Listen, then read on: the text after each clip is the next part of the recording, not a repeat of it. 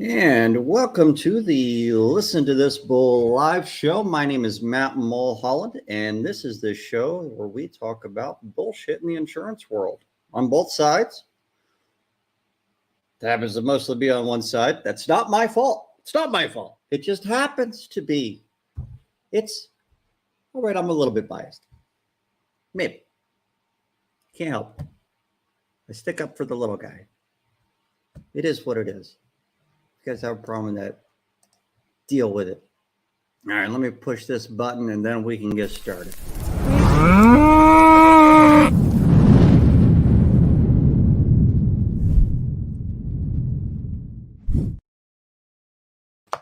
So today we don't have a topic. We got no topic. I got nobody here with me. Remington's in Mexico. I got no guest. So this show is going to be driven by you. All you have to do is put some questions in the comments. What do you want to talk about? What kind of craziness is going on? I can start talking about some cool shit that has just come out that I just pushed forward, but that's stuff that I can talk about anytime. This is the opportunity for you guys to learn a little bit or maybe to teach me something. What kind of bullshit have you dealt with lately? Stick it in the comments. Ask me a weird question. I'll be happy to answer anything and everything. If we keep it insurance related, that's kind of on topic, but it doesn't necessarily have to be. Derek Miller, I am looking to get in this industry. Where is a great place to start? Well, it depends on what you mean by this industry. That was a very lawyer thing for me to say. Define this industry. A lot of people get involved. They get started in this industry on the contractor side. They start by getting into sales. He says public adjuster. All right. So if you haven't gotten a public adjuster license yet, the first thing to do is to look into the laws of your state to see if your state licenses PAs, and then get yourself a license. Go into one of the online courses for the 40-hour requirement that you might need. Get yourself a bond, get yourself a license. Once you have that, then it's all about getting yourself training on how to actually be a public adjuster. There are a few options there, 4, maybe 5 different courses that I'm aware of. I put on a public adjuster 101 class, which I was actually going to post tomorrow, but I might as well tell you guys about it since I just got asked. The public adjuster 101 class, I'm looking at my calendar right now, is going to be on May 18th and 19th. May 18th and 19th. So public adjuster 101. I'm sorry, 17th through 19th. It's a 3-day course. We also have a policy interpretation class, which is 2 days on May 4th and 5th. Which one is the May 4th and 5th? So may the 4th be with you, and May 5th, Cinco de Mayo.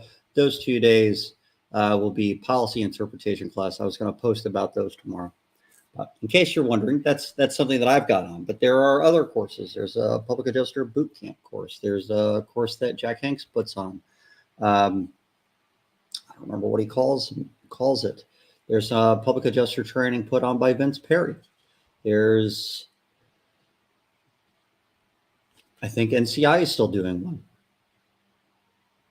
Anyway, there's some public adjuster courses that are available. But if you're interested in learning public adjusting 101 from me, send me a message afterwards. I'll be happy to get you some more information on that.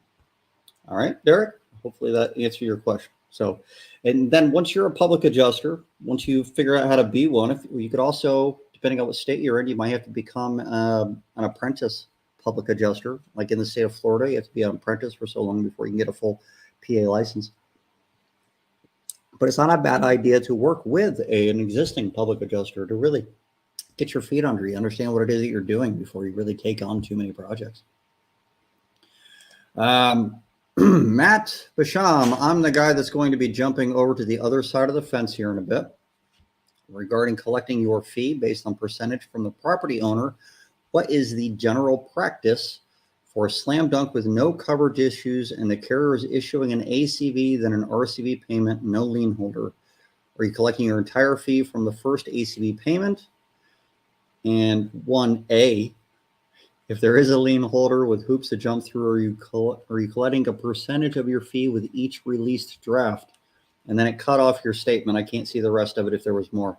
Most states don't allow you to collect your entire fee on the initial payment. So if it is bifurcated payment, like it is in most claim scenarios, well, they'll give you an ACV payment and then an RCV. If there is a bifurcated payment, you're generally, in most states, not allowed to take your fee on that first check, not your entire fee. You can take a percentage of your fee. So if you're charging, say you're charging 20% of the RCV amount, whatever it is, then when the ACV check comes out, you could take 20% of that. And then when the next check comes out, you can take 20% of that. And that's how you might do it.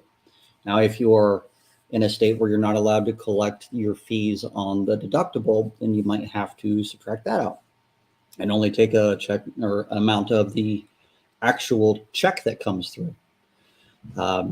If it's insurance proceeds specifically, then you might not be able to take your fee on the deductible amount.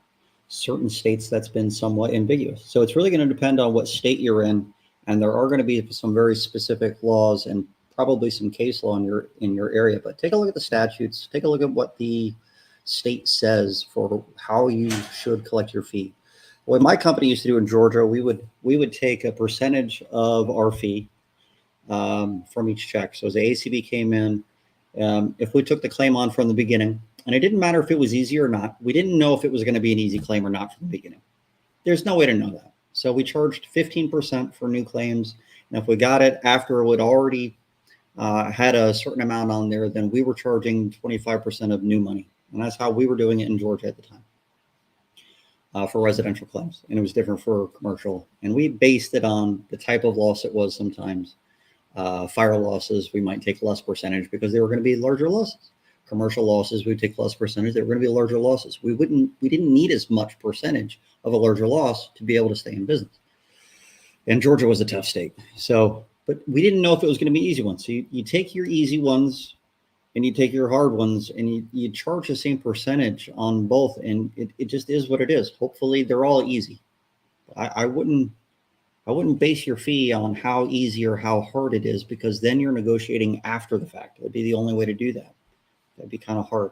So whatever your contract amount is, which is what you're going to have to fill out up front, that's the amount that you're going to be charging as you go. So let's say you take 10%, ACV check comes in, you would possibly take that check in, get it endorsed, deposit into an escrow account, and then write a check from the escrow account to the policyholder, write a check to yourself for your fee.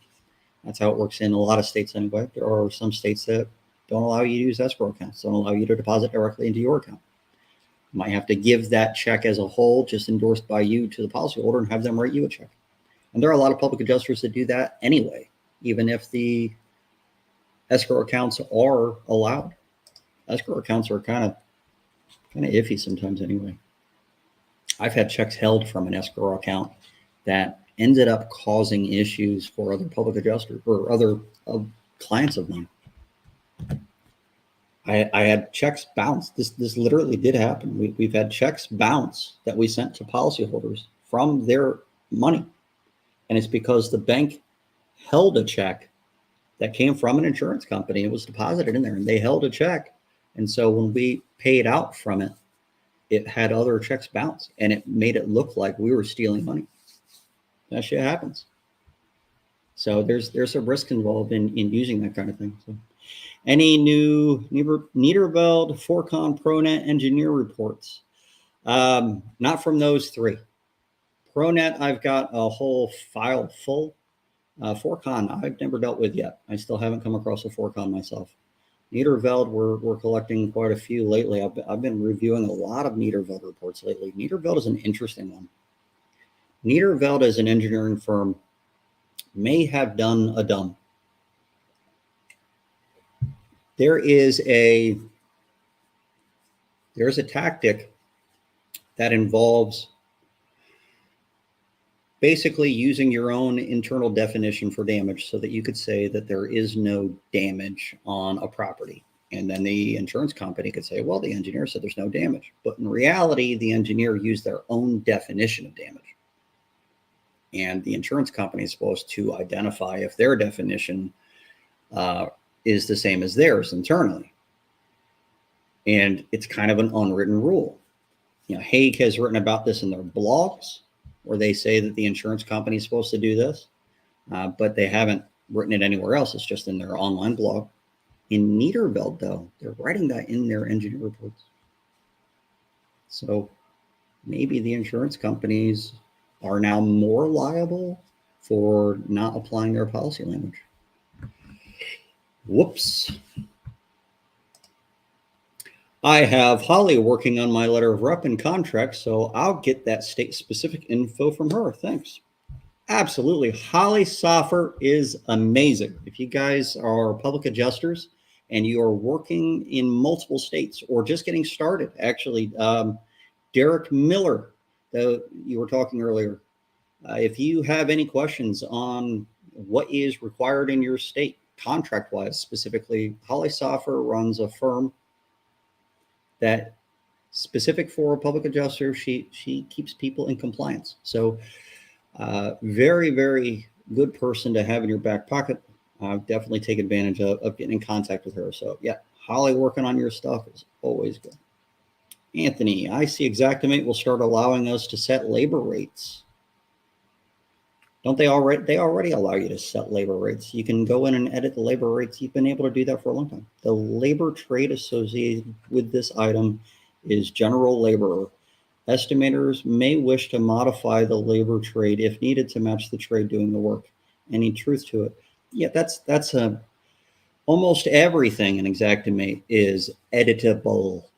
I wanted to say modifiable for a second. I guess I don't know if it's editable. It's an item that's editable to match what your current stuff is. So if you are paying more for your laborers, you can go in and you can change the labor rate. You can change just about all the rates inside there. You can change the tax rates to a local level if it's wrong when you put the zip code in. You can change just about everything. That's one of the unique things about Xactimate. It really is allowing you to get very precise for your individual needs. It's crazy that we're using Xactimate as General-amate, which I don't know if that works. It's the first time I've ever said that. Kind of sounded wise almost.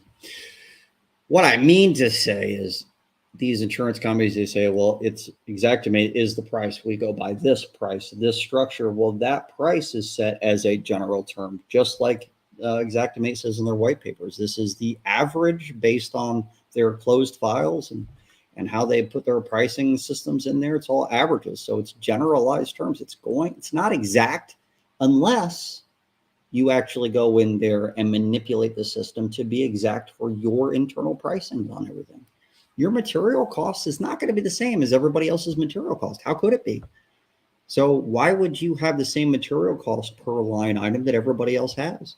Go in there and edit those things, and then you'll actually have a true exact estimate. Xactimate. Go figure. TC Backer crew watching. What's going on, guys? You guys aren't busy setting up some giant contraption studio somewhere at the moment? You guys are always building and tearing that thing down. It's crazy. I hope you guys got some rest after conference season. I don't know if it's even over for you guys. Conference season goes on forever for you guys. You're at everything, building that thing and tearing it down. It blows my mind how much work you guys put into that. Carrier will only allow for what is already posted, general labor, when it is specialized labor. Right, because the carrier totally gets to set the price.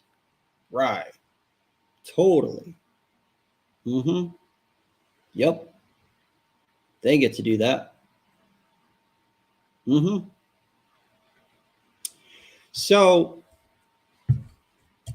does that make sense? Who's the one charging the fee? Does the carrier get to decide how much a contractor charges? Really? in the policy, there is a provision called the appraisal clause. It says if you and we disagree on the amount of loss, either may demand appraisal. So if you send in an invoice for the amount that is being incurred, then by the policyholder, not by you as a contractor or a public adjuster, the amount that the policyholder has incurred for that loss, and it is a covered loss, then the insurance company has the option to demand appraisal or pay. I don't know why things have gotten so convoluted from that. I do know why. I'll tell you exactly why. It's because there's these contingency contracts that contractors are using where it says, we will do the work for the amount the insurance company approves. So the contractors are giving the insurance company permission to set the price. So the carrier will only allow for that. I guess since you gave them permission to set the price, then what are you going to do about it? You said you do the work for the price that they agreed to. Does that make sense? Does it make sense to do that? Does it really? Not really. Honestly, it's a messed up system, and it's been broken for a good decade now. That is the battle. The carriers will refer to their own guidelines as opposed to the policy. They will refer to it. Our internal estimating guidelines say this, but that's if it's an estimate. And they would use an estimate if there isn't a contractor involved. That's what the estimates were for. If there's a contractor involved, the policies state very clearly what they pay for. We offer the amount that's reasonably necessarily incurred to repair or replace the damaged property, not the amount that we reasonably necessarily estimate ourselves. So the policy language is very specific on this. It has nothing to do with the guidelines. It has nothing to do with what the carrier estimates themselves. That's their own internal estimation to determine if they should demand appraisal, if they will agree with the amount of loss.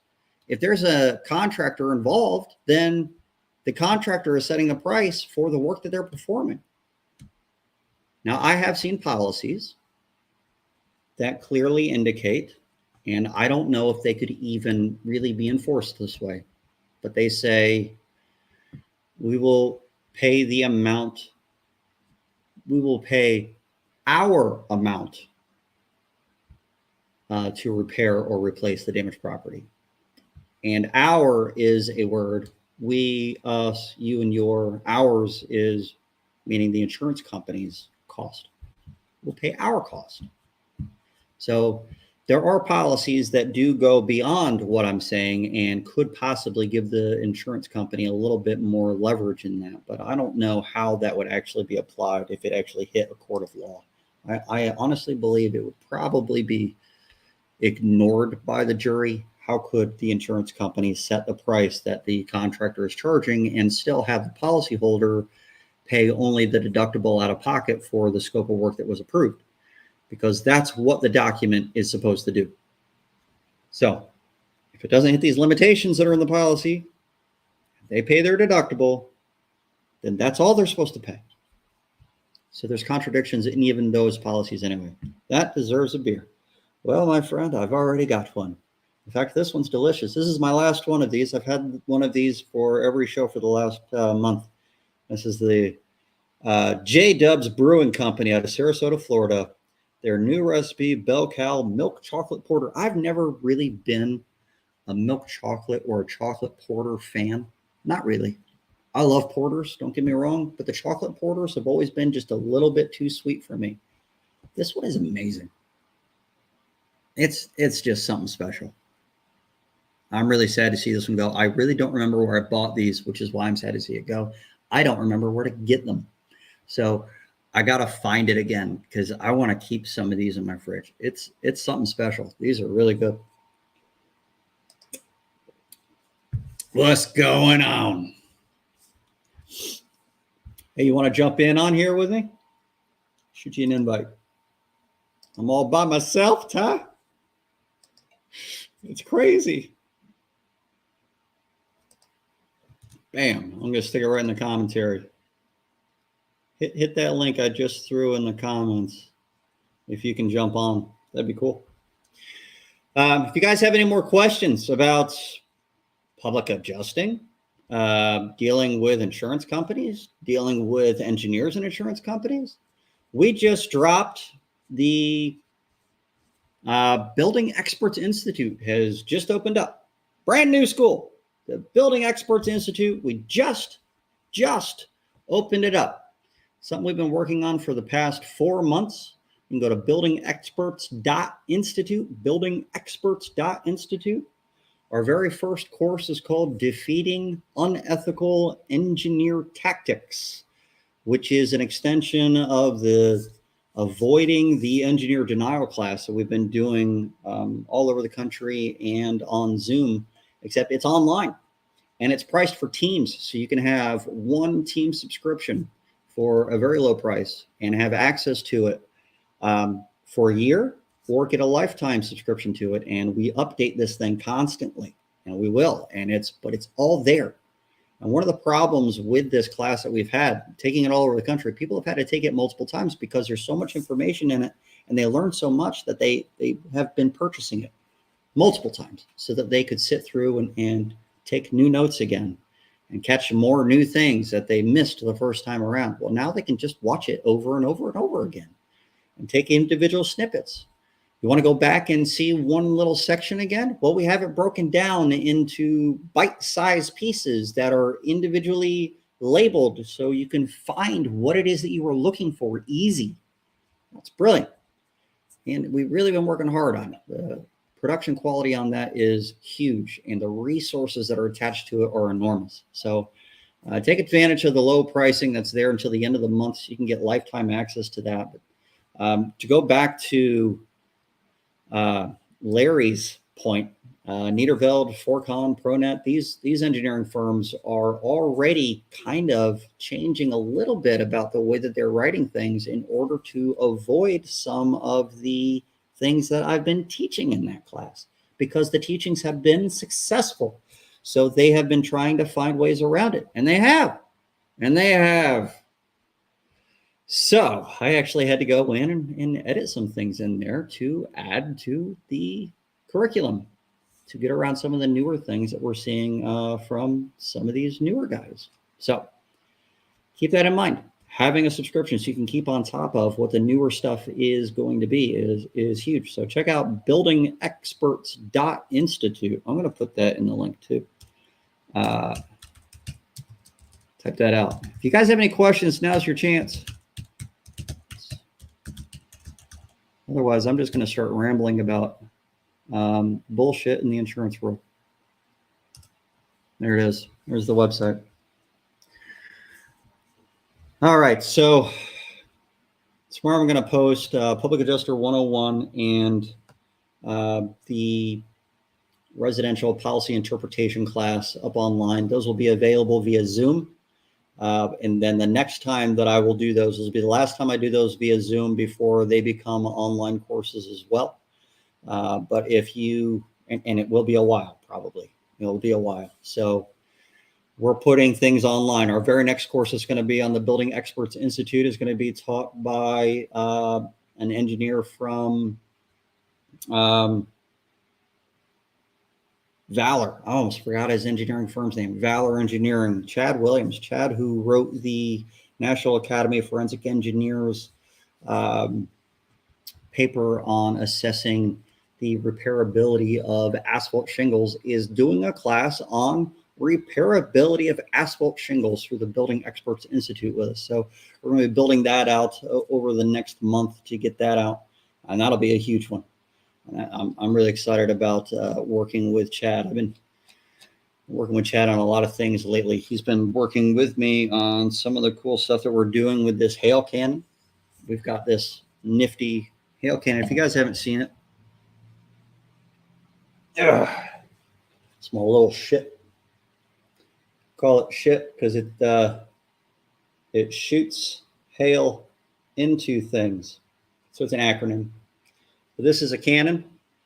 We can stick different barrel sizes on here. We can rotate this up, throw some hail in here, rotate it back around, I can aim it down. I can actually climb up onto a roof, and I can fire this at the very roof that is in question and see if that tiny hail actually does cause damage to the roof or does actually cause that granule loss that they're saying is actually caused by wear and tear. I can put tiny barrels on there. You know, there's a 3/4 inch barrel. I've got a 1/2 inch barrel. I don't have a 1/4 inch. I'm not going to do anything with that, but there's so much information out there that is hidden to us. Sometimes we just have to provide our own documentation. Now, there's reports from the IBHS that talk about there being more damage caused by a lot of small hail than large hail. A lot of small hail may cause more granule loss than 2-inch large hail. There's reports that IBHS has done, but they're hidden from us. You have to be a member of IBHS to get it. Who are the members of IBHS? Insurance companies. Insurance companies. They pay $28,000 a year to become a member, and that's what actually funds IBHS. I'm sure it's a very valuable report. It exists. It's out there. Reading some synopsis about what's in it, they have discovered that a lot of small hail will cause quite a bit more granule loss than 2-inch large hail does. But the IBHS has also published that granule loss on asphalt shingles is functional damage because it reduces the fire classification of shingles. That's a real thing. I believe hail damages roofs, even if not bruised, because it exposes the mat to the UV. How do you get carriers to see this? You don't have to. So, well, I just said it because IBHS has documented that granule loss itself is functional damage, but ultimately the policies pay for any physical loss. Accidental direct physical loss, all of these things, direct physical damages, direct physical loss, all of these caused by a covered peril are covered. And courts around the nation have defined direct physical loss to be a distinct, demonstrable, detrimental physical alteration to tangible property. Distinct, demonstrable, you can demonstrate it. Detrimental, it got worse, it didn't get better. Demonstrable, distinct, detrimental, physical alteration, it changed to tangible property, something substantial. That's what makes it a physical loss. All right, that's all it is. Is granule loss detrimental in any way at all? If it is at all detrimental, it is definitely a physical change, and it is definitely something that you can demonstrate that it has occurred. If you can show that, then you have shown that there is direct physical loss. Accidental direct physical loss is something that has happened from an outside source. It wasn't planned. It wasn't fortuitous. This is something that has occurred from nature. It's caused by hail.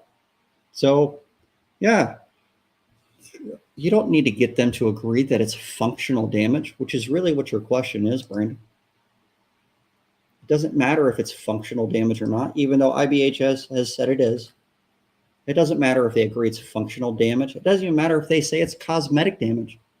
It's a cosmetic change caused to the property, even if an engineer would refuse to say it's damage. If it's changed cosmetically by hail and it is demonstrable and it's detrimental, then you have physical loss. And it's caused by hail, it's a covered loss.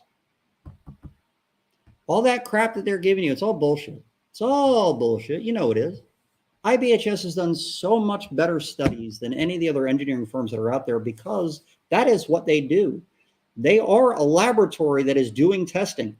They're not out there making money doing reports and then doing some lab stuff on the side. That's what they do. It's all lab stuff. Who has the resources to actually do these real experiments and give actual science and real data behind it? In effect, 1/4 inch pea hail can be included in this. It absolutely can be. 1/4 inch pea size hail. When I did my Hague class, and I did take a Hague class many, many moons ago, sat through one in Atlanta. It's 3 days long. And in that Hague class, the Hague instructor admitted verbally that if quarter-inch pea-sized hail came down for 45 minutes, that it would cause severe granule loss, and then that would be functional damage. Haig knows it. All engineers know it. Just because it's not in writing in their paperwork doesn't mean anything. Quarter-inch hail can cause damage. Quarter-inch hail can cause damage to metals, and metals have to be replaced if they get damaged. If there isn't an exclusion for that in the policy, is there an exclusion? You have to find out. If you don't find out, then you can't just walk away from it because it's metal. Even if the engineer says, well, it's still functioning fine. Who cares? Policy is a contract. Contracts have words. Those words have meaning. Semantics matter. People pay money for it. This isn't a fairness thing. They're paying for it.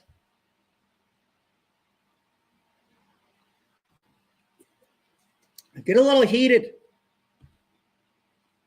What else you guys got? Hit me with something you can stump me on. Come on. I want a stumper. Wasn't sexual.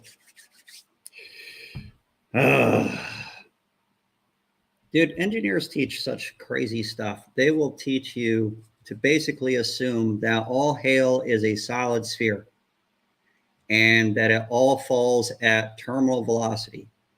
One of the first things I learned with this hail gun, shooting it at a convention at the same shingle all day long with the same pressure and the same size hail, is that every hit was a different size.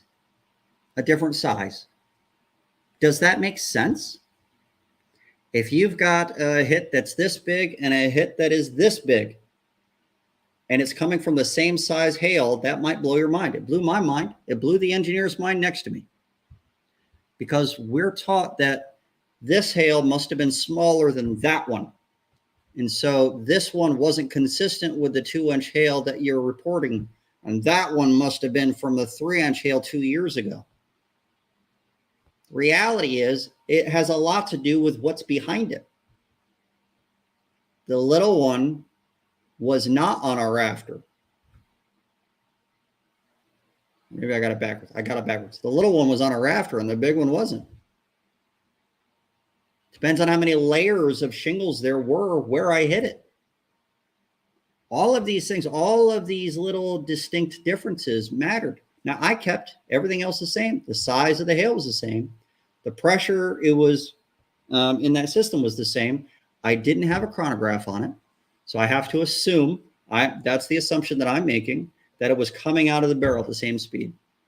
I'm assuming that. Now, it was at the same distance from the target every single time. And it was at the same pressure. So I have to assume it was coming out at the same speed. It might not have been. I might have a system that wasn't very accurate at the time. It's possible. But I have a lot more testing to do to find out if that was an anomaly.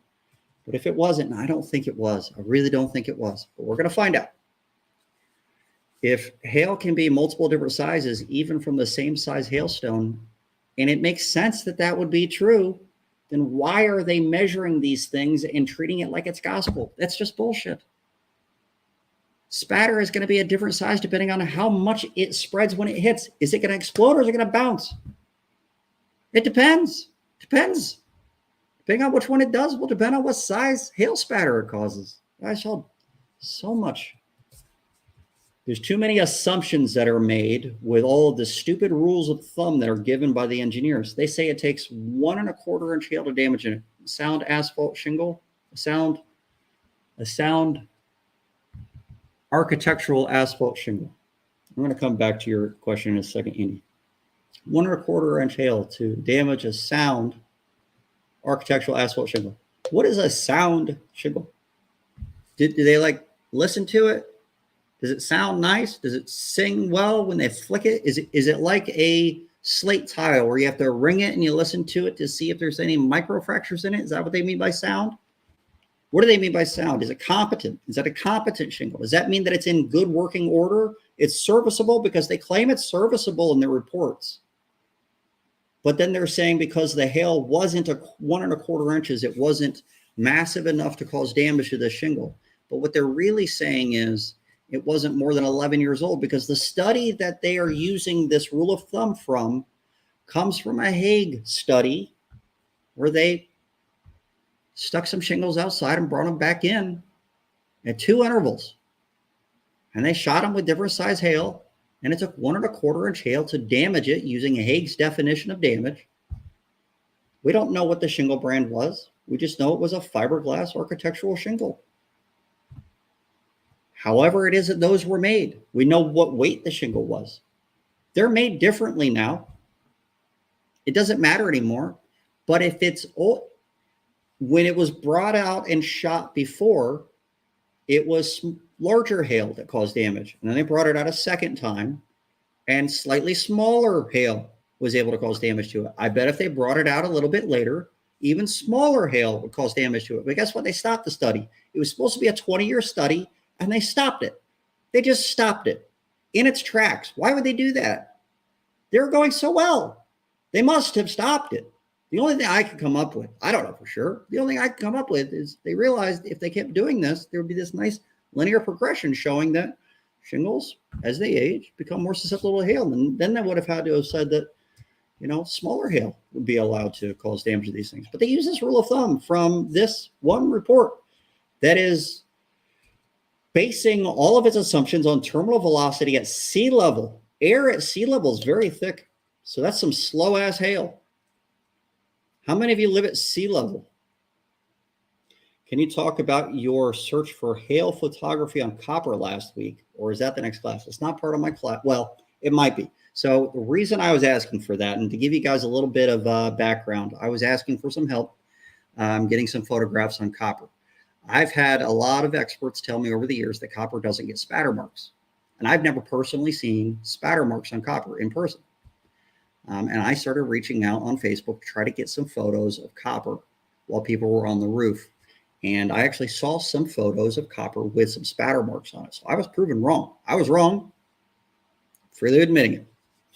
Call it my own bullshit from time to time. I was pretty adamant that copper doesn't get spatter because I have never seen it.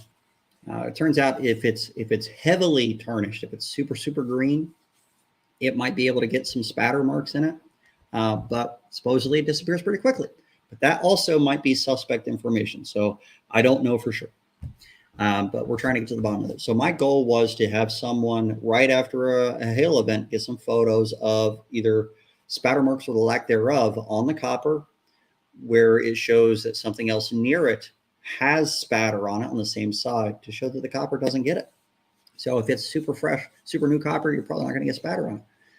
Unless there's just this layer of dirt on it, and then the spatter is in the layer of dirt that's been cleaned off. But generally speaking, you're cleaning off the oxidation. Well, copper, it's a chemical reaction, and water ice just doesn't really rub that off very much. To clean up copper, you need like Brasso or something to really create a chemical reaction to get a lot of that tarnish off. So it's not going to come off completely. That's why it doesn't really get a lot of spatter. I'm surprised to see any of it on some of these photos. And the spatter that I did see was much smaller than the indentations anyway. So it's really interesting. But that's where I was going with it. I'll tell you this, guys, if you're on site and you're looking at materials, you need to be taking your finger and going across the material. For those of you listening to a podcast, what I'm doing is I'm taking my finger and I'm rubbing it on my other hand as if it's a material. You got to rub your finger on these materials to see if you leave a mark. If you can leave a mark with your finger, then the water ice, the hail can leave a mark. And so if your finger leaves a mark, then the hail should have left a mark. And if there's no marks left behind by the hail, spatter marks, then that mark might have disappeared by now. And so a period of time has expired. How much time? There's no real way of knowing. It could be a very short period of time, depending on the type of materials. It could be a very long period of time. It could be based on the climate in your area. It could be based on the direction that it's facing or the material that it's on or the amount of oxidation that was cleaned off. There's too many variables to know. There's no real research on that. So when an engineer gives you definitives on it, that's also bullshit. But while you're out there, before you put chalk on things, take a photo of spatter because you're going to rub the spatter off with your chalk. Stop doing that. Take a photo of the spatter that's there. If you don't see any, rub your finger to see if anything would happen. If nothing happens with your finger, that's why there's no spatter. Get a photo of the fact that your finger didn't leave a mark. All right? That's important too, because they're going to say there's no spatter and therefore it's old as hell. You need to be able to say, well, it's not actually old. There's just no way that there would be spatter. You schmuck. And definitely follow it up with the your schmuck statement. That'll make them laugh for sure. I'm shaking my head no for the people listening on the podcast. Definitely don't do what I just said. That's a terrible idea. I won't name names.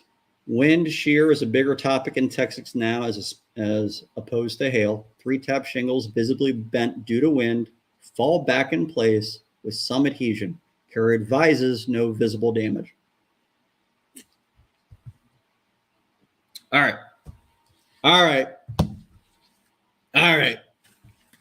I wish I had a shingle right here. I'm going to explain to you guys something that I do with attorneys pretty often. And for those of you on the podcast, I'm going to try to explain this pretty easy. I got this little hinged thing here. This is going to be my shingle. So I'm lifting up the door of a hinged, basically like a CD case. And this is my shingle. When wind gets under a shingle and it lifts to a certain point, and then it starts stretching the material. It'll stretch the bottom side of it. It'll compress the top side. As it compresses the top, it'll start squeezing materials out of it. It'll actually compress the grain. It'll just start popping off the top. And it'll stretch the bottom side, and it'll actually put some torsion down here. It causes a lot of problems. And so the next time it lifts up, its resistance level is way up here. So if you were to go up there and break the seals by hand and lift it until you felt resistance, it would probably lift until about an inch normally, naturally. After a wind event has come up and just stretched it, even if it never creased, now you can come up and you can lift it 3 inches. And the ones next to it that never lifted, they're still at 1 inch. So you have permanently altered the structure of the shingle on the inside. Is that damage? Is it detrimental? It's definitely demonstrable. I can demonstrate it. I can have anyone do this. You can literally put a tape measure up at the point of resistance and see how high it is when you hit that resistance level, and then put it back down versus all the shingles around it. Is it detrimental? I bet a shingle manufacturer would say it is. If you're compressing the top level, you're going to end up having granule loss at the top there. This eventually will become, it's more susceptible to wind damage. Future wind events will make this lift higher and higher. And once it gets, if it gets any higher, it's just going to end up cracking because so much wind is going to get under this that it will have no choice but to crease.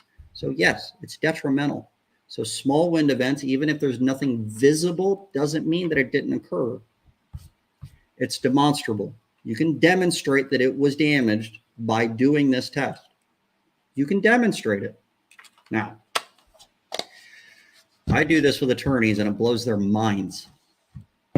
Just because you can't see damage doesn't mean it isn't there.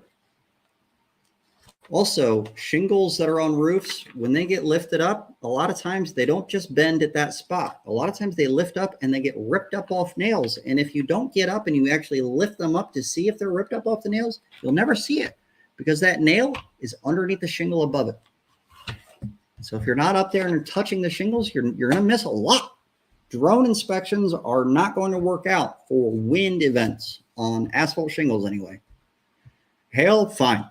You're going to see all the hail hits because they're all hitting the outside layers. But wind, there's a lot of stuff that's hidden. So wind shear as opposed to 3-tabs. I hope that helped, Anthony. Next time you're out on an asphalt roof and you're doing anything, just take a look at the resistance level of the shingles. It's mind-boggling. I taught that to a traveler's training manager. When he was doing brittle tests, I said, well, wait a minute. Before you say that's a pass because no crease has occurred, I want to show you how you have affected that shingle permanently anyway. And then I took out my tape measure and I said, all right, first off, I want you to do the next shingle next to it. I want you to lift it until you feel some resistance. And he did, because he was a great guy and he was actually reasonable and He was allowing me to demonstrate. I was like, so this is at what, 1 inch, 1.5 inch, where you feel resistance? Yeah. It's like, let's do one more. Where do you feel resistance? 1.5 inches? Yeah. All right. Now do it to the one that you've manipulated. Let's see what the resistance is. And it went up to 4 inches. And he was like, whoa. And he taught that to his team because he was a good, reasonable adjuster. Worked for Travelers. Dave Mann was his name. Loved that guy. Loved that guy. He's a real good dude. All right. Tom. What's going on, Tom? The test on shingles was done on product that was made 40 years ago. I guess the weight, quality, and components hasn't changed in 40 years. I don't know if that's true, Tom. I think it was 20 years ago. The last study was 2000. The last time they published was 2006, and it was 11 years old at that time. So it would have been 95. 95 would have been when they would have installed those shingles. So how long ago was that? 95, 2015 would have been 20 years ago. 25, 26 or something, 28 years ago. Yeah, technology has changed. Wasn't quite 40 years, but technology has changed. Now, they did have organic shingles in that study as well, which might have been the same shingles as 40 years ago, but they had different weights associated with it and different things. So it was a fiberglass shingle, 35-year architectural fiberglass shingle. And they had a 25-year 3-tab fiberglass shingle that was more than 36 inches wide. That's how old this thing is. What's up, Eric? Got in late. 1 inch hail can cause functional damage. 1/4 inch and above only is a ludicrous claim. They need to shoot hail into things and see. Yes, they do. See, he knows. They need to shoot the shit. They need to shoot the shit out of something. I've had jobs with copper spatter. Older, of course. If you have photos of the copper with the spatter marks on it, I am searching for those photos right now, and I really appreciate some copies of those, Eric. If you could find them, if you remember the names of those claims and happen to have access to those, I would love those photos. Finding spatter on copper is not easy. You must have done well. Travelers is very reasonable. Well, this particular adjuster was, and he was one of their trainers, and he was one of those old school guys that you love. And I don't know if he's still around. It's been a long time, but he says he's going to look into the files and photos for me. I really appreciate that. Yeah, I don't know if Dave Mann is still around, but I hope he is, because he was a really good dude. And I really like and appreciate the guys that will sit there and listen to me, because I'm going to go through things. I think out loud a lot of times with these guys. We have some back and forth. I don't argue with adjusters. It's more like the tone that I'm giving you guys right now, you know. But I listen too. So when they have an argument back, I don't interrupt them. I listen to them. And I'm not listening just to respond. I'm actually listening, because they're going to tell me something in that. Whether they actually tell me what they think they're telling me or not is a whole other story, but they're telling me something. They're telling me what their company is actually telling them is really what they're telling me. And so I want to listen. I want to learn what it is that they're thinking, what is in their mentality. So I learn a lot from these guys, but you have to actually listen to get there. I know a lot of people that are in this industry, a lot of public adjusters, a lot of contractors, a lot of attorneys. They just open your ears, guys. You don't have to be the one talking. Quote from the first line of the shingle study: a laboratory study was begun in 1983 to determine the long-term effects of hail on asphalt shingles. I have an updated study then, because mine was started in 1995. I'll send that to you. They might have two separate studies. So the one that I'm looking at, I think it's titled Long-Term Effects of Hail on Asphalt Shingles.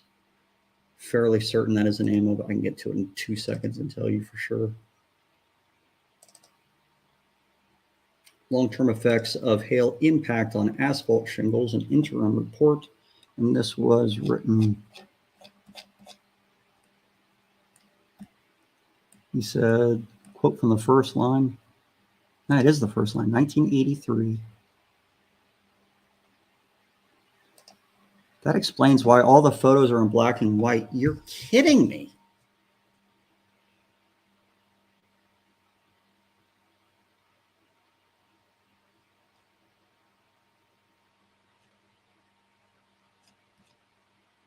Tom, how did I miss that? How did I miss that? Wow.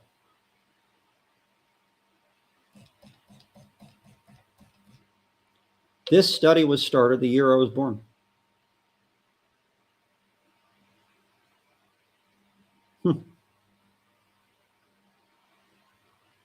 They are still quoting this study today. No one has done this since.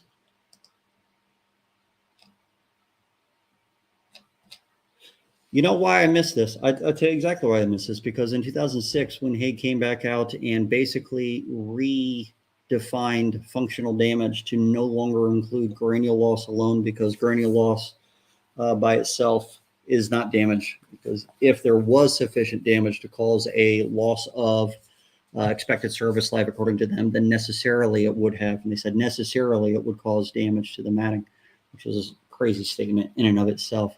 By the way, what is the expected service life? You're not naming it in anything, so you don't know if it's actually been reduced. You're not even naming the materials most of the time. Name the materials, and I might start to believe that you actually look into whether or not the service life is reduced. Will you please send me as well? I'd love to read it. Yeah, I will. But it isn't the year that I thought it was, but I'll send you what I got. I'll send you the highlighted version even. They published the findings multiple times over the years. That must be what it was. This is that old. That explains why it's in black and white. I've been wondering.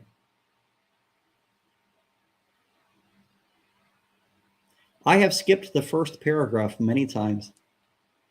I'm a very thorough person.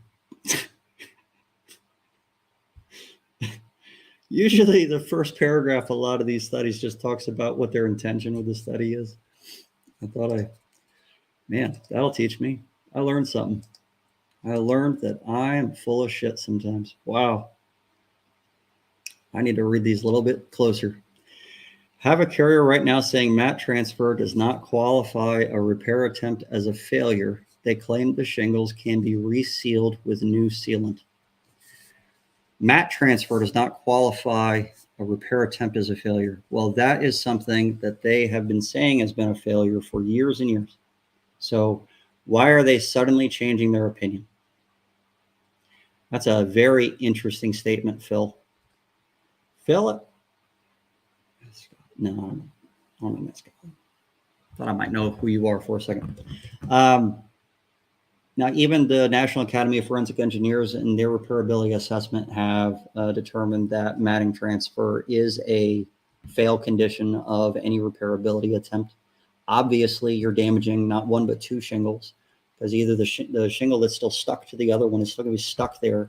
So the sealant is messed up, but you're also getting down to the fiberglass on one of the shingles.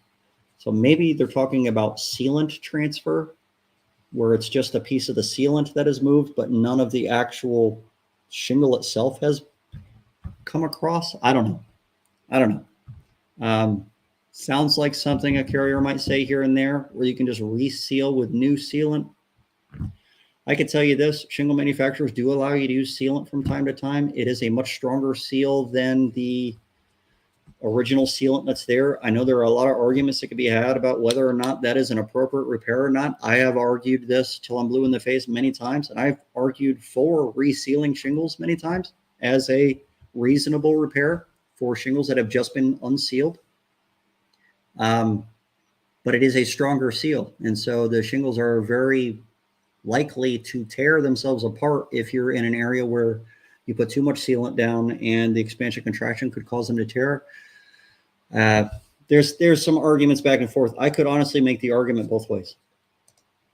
Built up roof testing from a roof that was put on in 1974. Well, I've been on lots of built up roofs that were put on about that old still, but Built-up roofs do last a hell of a long time if they're maintained.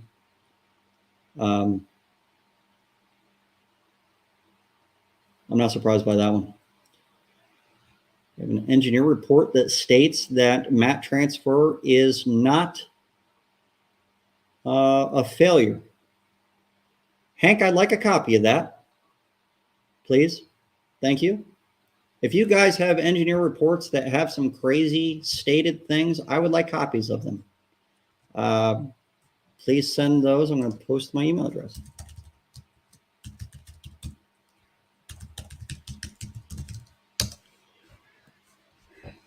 At some point along the way, people started looking to me whenever they got engineers involved in their claims, and that's fine with me. Someone has to run with this banner. I'm also a board advisor with the American Policyholder Association. If you guys have not looked into the American Policyholder Association, they're a great organization that is looking to expose and prosecute against fraud from carriers, carrier-caused fraud, insurance fraud caused by insurance carriers. And that is something that very few organizations are looking into. And a lot of times it's utilizing engineering companies in their reports to do so. So I've gone down a lot of these paths together, and there's a few other APA members that are on this podcast with me here. Missing sawtooths are not functional. This one I've seen. So a lot of the engineering firms are saying that if it's a sawtooth, if it's the top layer of an architectural shingle and it's missing, then it hasn't functionally damaged the shingle because it's still going to shed water. They're saying that it isn't going to reduce its expected lifespan of the shingle. Well, if that's the definition, then maybe that's true. If that's the definition in the insurance policy, then maybe that's true. That's not the definition in the insurance policy. I promise you, it's not. I haven't seen that definition in any insurance policy yet. Maybe there is one. Until I see that, I'm not willing to say that. Here's the thing, guys. Engineers are going to make up their own definitions unless they're given one. Unless they're given thresholds. There's no thresholds. Cosmetic damage exclusions, things along those lines, those are the things that we need to be looking at to see if the missing sawtooth is really going to be part of it. Hague has published in their own blogs that the insurance companies are supposed to be looking at the information that they're given in these reports and to identify if these definitions are the same as what's in their policy or not. It's up to them to do it. Niederveld is saying that directly in their reports that they're supposed to do that. So if the insurance companies aren't looking this up, then that's on them, isn't it? Suddenly they're not so protected anymore, are they? Are they? First party plaintiff attorneys ought to be listening. I got a class on a lot of this stuff. There's a lot of information. It's been updated quite a bit over the last couple of years. There is quite a bit of information available, and it's all available, easy access at this point. So, same guy, many stupid statements. It seems like they all come from the same guy sometimes, same company sometimes. Just sent a spatter on copper photo, not easily visible in the photo. Hard to remember all the claims to get those files up. Yeah, no, it's impossible to remember the names of claims when you have so many of them. I appreciate you trying though, Eric. All right, guys, we are coming up on that 1 hour time. I appreciate you hanging out with me and asking me all kinds of questions and not letting me just sit here and ramble for the last hour. It gets a little bit rough, or at least it used to when I didn't have so many of you guys watching live with us. So I really appreciate it. Hopefully you got something out of this. The website is going to be down for a little bit. So if you guys have been to listentothisbull.com or visiting regularly, keep in mind the website's going to be down. We're going to be doing some maintenance on there and coming out with a few new pages with the expert report evaluation services written into there. So you guys can directly schedule engineer report reviews, consultations, things along those lines directly with us right there on the website. So that'll be there. And that way you can help support the channel because we don't get paid for this. We'll also start to look for sponsors for the show. So if you guys are interested at all or know a company that might be interested in sponsoring the show, we're going to start looking for having sponsors for Listen to This Bull Show for the first time, really. If you are interested in that, please give me a call or an email, and I'd like to at least pick your brain on what it is that you would like out of a sponsorship, because I've not really done that kind of thing. I'm somewhat loath to do that kind of thing most of the time. But the show does get a little bit costly. So equipment and things, they go down at times. It'd be great if the show could support itself. So give me an email, or if you know someone that might be interested, let them know that I am looking for sponsors. I'd really appreciate your help on that. So next Tuesday, I will not have a show. I will be at the Gapia Spring Conference. So no show next Tuesday. I will see you guys in 2 weeks. Thanks a lot, guys. I'll see you then.